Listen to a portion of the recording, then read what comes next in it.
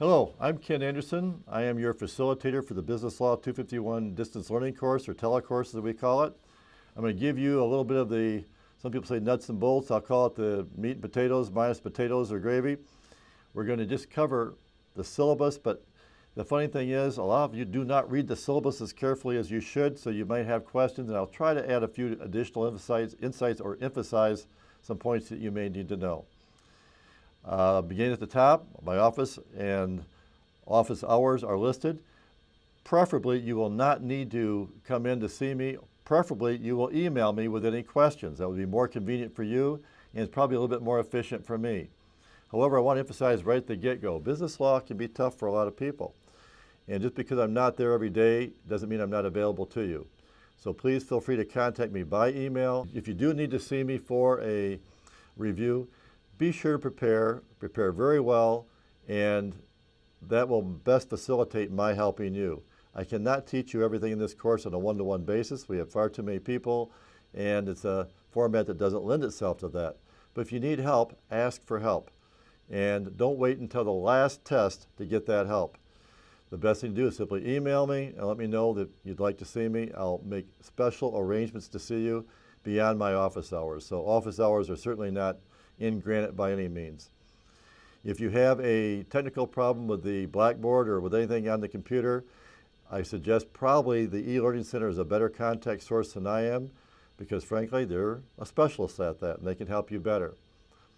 The Fundamentals of Business Law book, get the current edition. I'm not going to tell you what edition it is right now because it'll change from semester to semester. You probably will get by with an older edition if you have to. Page numbers may change, but the chapters and the coverage has not changed that much for the material that we will be covering. Certainly, if you can buy a used copy, you are better off using, financially speaking, a used copy, and I would say it would not be a problem. Look for that first. The grading scale is listed there on the first page of the syllabus. You should know at any given point what your grade is. All you do is take the score. You have a score and then you have a grade. Take your grade, add up your grades to date, divide by the number of tests, and you will have your grade, and you will know where you are as far as your grade at that point in time. There is or will be no other additional requirements or assignments other than your 4 tests, and there will be, it's an oxymoron, a required extra credit at the end of the semester. I post that assignment later in the semester because I don't want you to do that until towards the end of the semester. Please take your test on time. You'll receive both a test score and a grade. Your tests are graded on a curve, so it's necessary that you do take the test in a timely fashion so I can include all the scores within that curve. You will prefer a curve as opposed to a straight grade. The tests are sometimes perceived to be fairly difficult. I understand you don't want to have to memorize everything, but there are some basic rules you do memorize. You learn them. You have open book, open note, and open study guide for your testing. The study guide is the key, definitely the key above the others. You'll want to review the book as background. It can put you to sleep. There's too much information there. Don't hit it too hard, but review the chapter. Go to the study guide, and you will find that for the most part, the study guide is by far the major emphasis. You can obviously use open notes of your own as well for the test.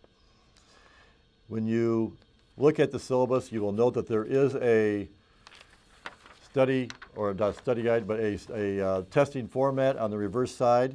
You will want to plan to take your test early and often, as they say in voting. Not often, but early. And it's a key because of the fact I mentioned it's on a curve, but also because you need to keep current. If you fall behind, this is a course you cannot catch up on. It is very difficult. The latter material is based somewhat on the earlier material at times, and you also develop deductive reasoning, which is a key. And that means you have to spend some time at it. Do not cram for these tests, folks. It does not work very well that way. There is no DVD coverage on the test. There's just the study guide, the book, and obviously your notes access.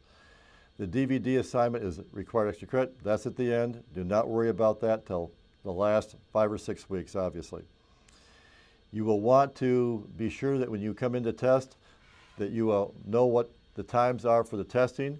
There is a blue card that's available that will have the testing times. You also have that information online. Give yourself enough time. There is not a testing time in terms of my restrictions. You have all day to take the test, but they do not want you to show up at 4:45 to take a test when their center closes at 5 o'clock. That will not work. So be sure to allow yourself plenty of time to take those tests. They require a photo ID, your school ID, they require your class schedule, and probably coming soon, eye scans and fingerprinting. But right now is just those three that we just mentioned. If you do not have all three, they will not let you take the test, so do not make it inconvenient for yourself in that regard. The testing center is now in the library. DVDs are in the library. Let me see if there's anything else I need to tell you here. Nope, just to reiterate, I'm here to help you if you need the help, but be prepared before you come in to see me so that you don't waste your time and mine. I'm glad to help anyone else who makes an effort, and I think you'll do well if you follow the guidelines and a little bit of the format that we've suggested to get in it early. Do not cram.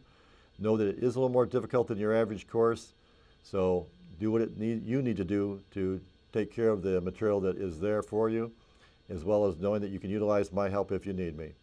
If you see me on campus, say howdy. Looking forward to helping you with this course as much as possible. So if you see me, say hello, and I wish you the best of luck. Bye-bye.